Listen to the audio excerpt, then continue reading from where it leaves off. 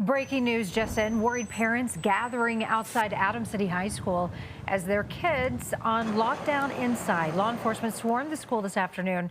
We were there as they marched into the school in their gear, working to find any potential problems taking place inside. Copter giving us a better picture of how large the response is. This was because of a bomb threat and an active shooter call. Now, thankfully, no threat found. No one was hurt. That's what we've been told. For a while, parents were worried, though, of course, because they were getting very little information.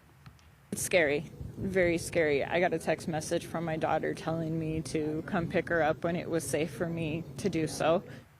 Students finally released from school around 3:30 after spending hours in lockdown today. This breaking news situation certainly scared a lot of families, put a community on edge. Thankfully, again, no one was hurt, but we do know a lot of people still have many questions. Your reporters are here to help answer them. Ashley Portillo is sharing stories from parents, again, frustrated with the communication from police as well as the school district. We do start, though, with Gabriella Vidal, who just heard from police. Gabby?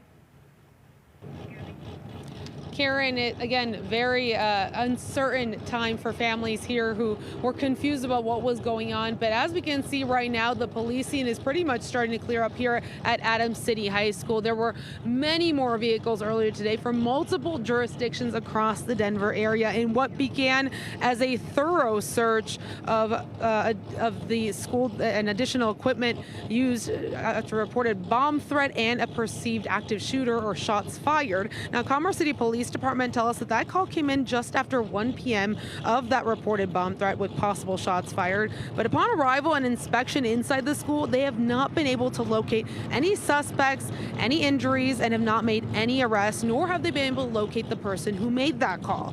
In the last hour, they were wrapping up a search, going room through room inside the building before releasing students to their families, which we will share a little bit more later on. Commerce City officials say that there wasn't a lot of information shared initially throughout this event, in part because they didn't want to spread fear around the community, especially if there was still a developing situation. But as of right now, they have not been able to locate anything that they were to indicate that there was any threat inside the school at the time, although there were a number of rumors circulating of students that may have been arrested and blood flat on the ground, which police did explain that there was a self-harm incident that may have been attributed to that blood stain found on the ground, and a student was dealing with law enforcement when he woke up to discover that this situation was happening, but none of these are related specifically to the active bomb threat and perceived bomb threat and shooting. And we did speak to police earlier today about the incident and the large response that was here.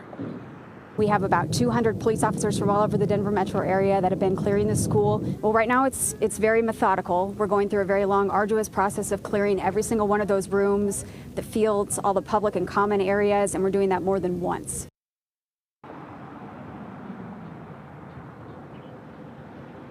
And like Joanna Small says from the police department, that methodical process pretty much has wrapped up as students have now been able to exit the building and reunite with families. We'll continue to follow this story as it develops on CBSColorado.com. In Commerce City, Gabriella Vidal covering Colorado First. Gabby, we appreciate you rushing to the scene. Thank you.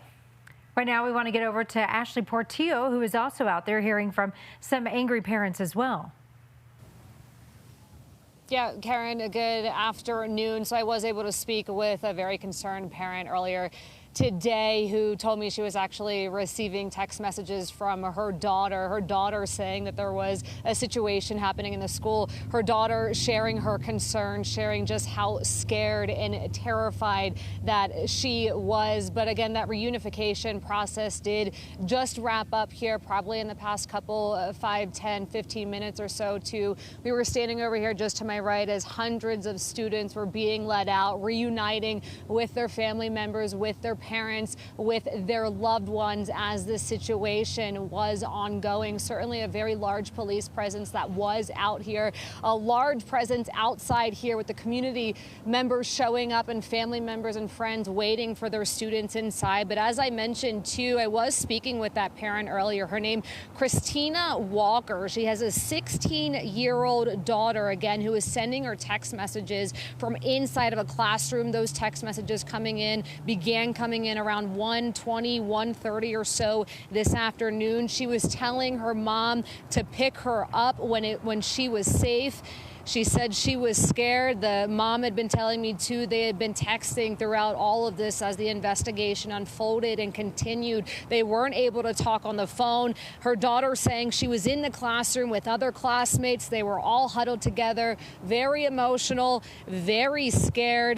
And she also said too, what she described the scene, she said there was a lot of sad faces outside and people wanting answers, parents wanting answers too. A lot of the students I also spoke to said they didn't really know what was happening at that time. But here's what the mom had to say earlier when I was speaking to her. My heart drops. My heart drops. I want to make sure my daughter's okay, which I told her to send me hearts to make sure she was okay. And, you know, this terrifies me. This was one of our worries that we've always had. Certainly a terrifying situation for any parent, any family member involved. That mom that I was speaking to also did mention too that throughout all of this, her daughter was actually sending her hearts, multiple hearts, just letting her know that she was safe and inside that classroom. I also asked that mom, what's the first thing that you're going to do when you reunite with her daughter? She said, I'm going to hug her. Certainly a lot of happy reunifications, I should say, after this very scary incident unfolded here.